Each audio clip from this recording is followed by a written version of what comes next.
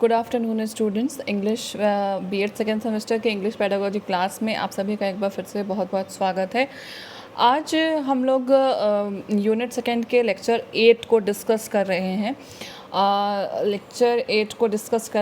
और इसके पहले हम लोगों ने पार्ट्स ऑफ स्पीच लेक्चर 7 में पढ़ा था और प्रीवियसली हम लोगों ने ग्रामर के एक्टिव पैसिव टेंसेस को पढ़ रखा है यूनिट सेकेंड में। आज ग्रामर का ही टॉपिक है, सेंटेंसेस के बारे में हम लोग पढ़ेंगे।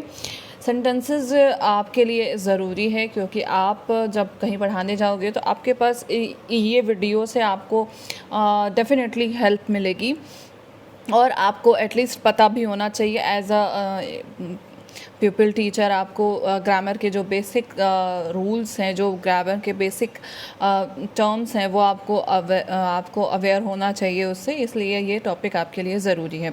और एक बार फिर छोटा सा रिक्वेस्ट है कि आप सब एज सुन एज पॉसिबल अपने पेडागोजी सब्जेक्ट अपने टीचर्स को अपडेट करा दें। अभी बहुत कम स्टूडेंट्स ने अपने टीचर्स को अपडेट कराया है, इसलिए हम बार बार हर वीडियो में आपसे रिक्वेस्ट करें कि प्लीज़ जल्दी से जल्दी अपने अपने पेडागोजी सब्जेक्ट डिसाइड करके अपने टीचर्स को अपडेट करा दो। अगर नहीं समझ में आ रहा है तो फिर अपने टीचर से एक बार कंसल्ट करके ज़रूर उनको इन्फॉर्म कर दीजिए, जितना जल्दी हो सके उतना जल्दी। ठीक है, चलिए आते हैं अपने टॉपिक पे। तो हमारा टॉपिक जो है टाइप्स ऑफ सेंटेंसेस, उसको हम लोग कंटिन्यू करते हैं। क्या होता है सेंटेंस? देखो, a group of words which makes complete sense is called sentence. ठीक है, क्या है? जैसे मान लीजिए एक एग्जांपल के लिए लिख रखा है sentence, Pakistan is a nuclear power. Okay, तो पाकिस्तान एक वर्ड है, इज़ एक वर्ड है, एक वर्ड है, न्यूक्लियर एक वर्ड है और पावर एक वर्ड है। बट ये पांच वर्ड्स मिलके क्या बना रहे हैं? एक कंप्लीट सेंस कि अब अगर हम लिख दें power, nuclear, Pakistan is a, तो ये एक सेंटेंस नहीं होगा। सेंटेंस वही है जो कि शब्दों के समूह से जिसका एक कंप्लीट पूर्ण अर्थ निकले। तो पूर्ण अर्थ तभी निकलेगा जब Pakistan is a nuclear power, Pakistan एक न्यूक्लियर शक्ति है। अगर ज़ूम करो, सोचो कि अगर हमने ऐसे लिख दिया कि power nuclear is Pakistan full stop, तो क्या ये सेंटेंस होगा? नहीं, ये रॉन्ग सेंटेंस होगा। तो करेक्ट सेंटेंस बनाने के लिए क्या है कि शब्दों का ऐसा समूह जो कि एक कंप्लीट सेंस हमें देता है, उसे हम क्या कहते हैं? उसे सेंटेंस कहते हैं। ठीक है, पार्ट्स कितने होते हैं? 2 पार्ट्स होते हैं सेंटेंसेस के। फर्स्ट सब्जेक्ट और दूसरा प्रेडिकेट। सब्जेक्ट क्या करता है? सब्जेक्ट क्या होता है? वी नेम अ पर्सन और थिंग। जो सबसे जनरली जो सबसे पहला वर्ड होता है वो सब्जेक्ट के रूप में आता है। ठीक है, दूसरा जो प्रेडिकेट होता है वो क्या? सब्जेक्ट के रूप में जो बात कही जाए। जैसे लास्ट सेंटेंस हम लोगों ने जो पढ़ा था, Pakistan is the nuclear power, तो पाकिस्तान क्या है? सब्जेक्ट है, वो एक सिटी का नाम है। ठीक है, वो एक कंट्री का नाम है, तो वो एक सब्जेक्ट है और उसके बारे में क्या चीज़ कही जा रही है कि वो एक न्यूक्लियर पावर है। तो मतलब सब्जेक्ट के बारे में जो बात कही जाती है that is called predicate and the subject is subject. ठीक है, तो 2 पार्ट हो गए हमारे सेंटेंसेस के। The first one is subject and the other one is predicate. Okay, तो आते हैं हम लोग अब पार्ट्स ऑफ सेंटेंसेस। दूसरा सेंटेंस देखो, जैसे the girl wash the cloth, तो इसमें द गर्ल क्या है? सब्जेक्ट है। ये आप समझ गए। द गर्ल के बारे में वो क्या कर रही है? क्या कहा जा रहा है कि वो कपड़े धो रही है। ठीक है, वो कपड़े धो रही है। तो गर्ल सब्जेक्ट के बारे में जो बात कही गई, मैंने बताया अभी आपको लास्ट लाइन में कि वो प्रेडिकेट है। तो प्रेडिकेट यहाँ पे क्या हो गया? वॉश द क्लोथ, और सब्जेक्ट क्या हो गया? The girl. Got it? ठीक है, और भी बहुत सारे एग्जाम्पल्स आप ले सकते हो, जैसे कि door of an action, the sun rises in the east. In this sentence the sun is subject। और sun के बारे में क्या बताया जा रहा है कि sun जो है वो पूरब में, पूर्व दिशा में उगता है, मतलब निकलता है। तो उस sun के बारे में जो बात बताई जा रही है वो क्या होगा? वो predicate होगा, मतलब rises in the east is predicate and the sun is your subject। okay, next और एग्ज़ाम्पल्स हैं, आप उससे कोरिलेट कर सकते हो, आप खुद भी एग्ज़ाम्पल्स अज्यूम कर सकते हो। अगर कहीं किसी को डाउट हो तो आप उसको अपने टीचर्स से पूछ सकते हो, मुझसे पूछ सकते हो, आप सब बेहतर जानते हो, नंबर आपके पास है मेरा, तो आप सब फ़ोन करके आप मैसेज करके पूछ सकते हो। ठीक है, दूसरे एग्जाम्पल है हसन सर्व हिज पेरेंट्स। तो यहाँ पे क्या है, हसन क्या है, एक सब्जेक्ट है और उसके बारे में वो क्या कर रहा है, बता रहे हैं कि वो सर्व कर रहा है, अपने पेरेंट्स की सेवा कर रहा है। तो serve his parents is predicate and the Hasan is subject. ठीक है, अब आते हैं हम नेक्स्ट जो हमारा टॉपिक होगा वो है kinds of sentence. Kinds of sentence में जो 6 तरीके के, there are 6 types of sentences. The first one is declarative, the second one is interrogative, the third one is imperative, fourth is exclamatory, fifth is negative and the last one is optative. ठीक है, हिंदी में बोलते हैं declarative की, मुझे Hindi exactly नहीं याद है, सॉरी फॉर दैट। इंट्रोगेटिव को प्रश्नवाचक, इम्परेटिव को आज्ञासूचक, एक्सक्लेमेटरी को विस्मयादि बोधक, निगेटिव को नकारात्मक और ऑप्टेटिव को I think I am not sure, sorry. तो ये 6 टाइप के हैं सेंटेंसेस। ठीक है, डिक्लेरेटिव सेंटेंस क्या होता है, a sentence that makes a sentence statement और assertion, they use a period. मतलब एक मेक्स अ स्टेटमेंट और असर्शन, एक वाक्य बोलता है, जो सेंटेंस एक वाक्य के रूप में होता है और एक पीरियड के रूप में जिसमें बात होती है। जैसे he goes to school daily, he goes to walk daily, मतलब एक बात है, एक स्टेटमेंट है कि मैं किसी के लिए स्टेटमेंट दे रही हूँ। Ram does this work daily, Ram does do his homework on daily basis. ठीक है, तो राम के बारे में मैं कोई एक बात कह रही हूँ, तो एक स्टेटमेंट मैंने दिया राम के बारे में, that is called declarative sentences. That is called the type of declarative sentences. Okay, interrogative sentences, next type is interrogative sentences. Interrogative sentences क्या होता है, हम सबने बहुत सारे पढ़ रखे हैं कि बचपन से कहीं भी जाओ तो होता है what is your name, where do you live, how old are you, who is your father, who is your mother, what's your father name, what is your mother's name, where do you live।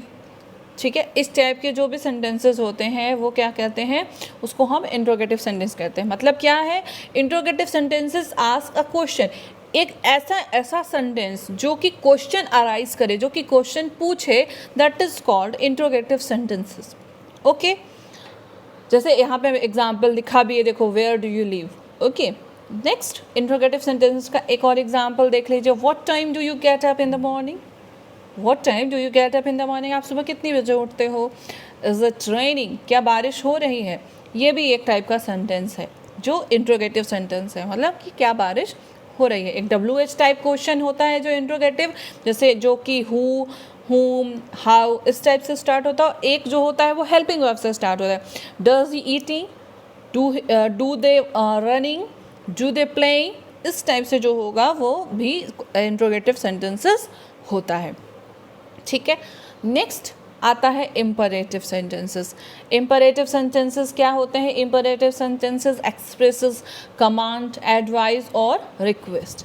मतलब imperative sentence ऐसा sentence है जो कि उस sentence से क्या एक command, एक आज्ञा की बात सामने आती है, एक एडवाइस की बात सामने आती है, एक रिक्वेस्ट की बात सामने आती है। जैसे कि pick up the book, clean your room. Pick up the book से क्या मतलब कि आज्ञा दे रहे हैं हम कि आप ये किताब उठा लीजिए।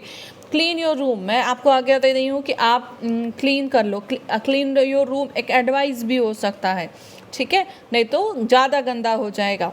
ठीक है, ये भी एक टाइप का इम्परेटिव सेंटेंस है।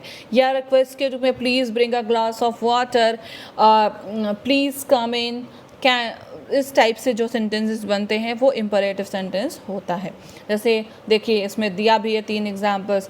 कमांड में गो अहेड, जाओ आगे, आगे बढ़ो। स्पीक द ट्रूथ, हम किसी को एडवाइस कर सकते हैं कि सत्य बोलो। रिक्वेस्ट में please give me your book या please give me a glass of water. ठीक है, नेक्स्ट है एक्सक्लेमेटरी सेंटेंस। एक्सक्लेमेटरी सेंटेंसेस क्या होते हैं, शो स्ट्रॉन्ग फीलिंग और emotion, always use an exclamation mark. Exclamation mark के साथ ये सेंटेंसेस यूज़ होते हैं और स्ट्रॉन्ग फीलिंग और इमोशन को रिप्रेजेंट करते हैं। जैसे कि बहुत खुश होकर हम कहते हैं hurrah, we will win, we win, हम जीत गए। वी वोन दिस मैच, और वो हो रहा we won the world cup. Alas मतलब जब दुख, हमें एक्सट्रीम दुख होता है, देन हम क्या कहते हैं, alas I don't believe that this type of news, हर मदर एंड हर और हर फादर जो भी है, मतलब इस टाइप से। Oh I have lost my pen, wow it is a beautiful day. मतलब अपने इमोशंस को हम कुछ वर्ड्स के माध्यम से रिप्रेजेंट करके जब एक सेंटेंस फ्रेम करते हैं, that is called exclamatory sentences. Okay, अब निगेटिव सेंटेंस। निगेटिव सेंटेंस आप सबको मैंने टेंस में भी पढ़ाया है, एक्टिव पैसिव में भी पढ़ाया है, आप सब वहाँ पढ़ सकते हो, देख सकते हो। A negative sentence is used to negate something, मतलब जिसको हम नकारते हैं, जिस सेंटेंस से नकारात्मक भावना उत्पन्न होती है, that is called negative type of sentences. जैसे it is not your book, ये तुम्हारी किताब नहीं है, मतलब कि नहीं वर्ड आया, दैट इज़ दैट्स मीन कि ये निगेटिव टाइप ऑफ सेंटेंसेस है। I am not going Lahore, मैं लाहौर नहीं जा रही, मतलब किसी भी सेंटेंस में अगर नहीं की भावना आती है तो वहाँ क्या होता है, वहाँ निगेटिव सेंटेंस होता है। ठीक है, ऑप्टेटिव सेंटेंस। ऑप्टेटिव सेंटेंस में क्या होगा, an optative sentence is use to pray or wish, मतलब इस सेंटेंस से एक हम विश करते हैं, या जब प्रे करते हैं, तो अगर ऐसा सेंटेंस जिससे प्रे या विश की भावना रिप्रेजेंट होती है, तो वो सेंटेंस का टाइप क्या है, वो ऑप्टेटिव सेंटेंस है। जैसे कि may Allah bless you, may God bless you, may his soul rest in peace. इस टाइप के सेंटेंसेस जब हम कोई विश करते हैं, प्रे करते हैं ऊपर वाले से किसी के बारे में, तो वो टाइप का जो सेंटेंस होता है, जिस सेंटेंस से इस टाइप के विशेज़ या इस टाइप के प्रे का हमें अंदाज़ा लगता है, तो वो जो सेंटेंस होगा वो कौन सा सेंटेंस होता है, वो ऑप्टेटिव टाइप ऑफ सेंटेंसेस होता है। ठीक है, तो आज हम लोगों ने आज के लेक्चर में क्या क्या देखा, सेंटेंसेस की मीनिंग क्या होता है, a group of words which makes a sense. ठीक है, जो कुछ वर्ड शब्दों का ऐसा समूह जिससे एक कंप्लीट सेंस हमें दिखता है, हमें महसूस होता है, हम तक पहुंचता है, वो हमारा क्या कहलाता है, वो सेंटेंस कहलाता है। ठीक है, फिर हमने पार्ट्स ऑफ सेंटेंसेस पढ़े। There are two parts of sentences, the first one is subject and the other one is a predicate.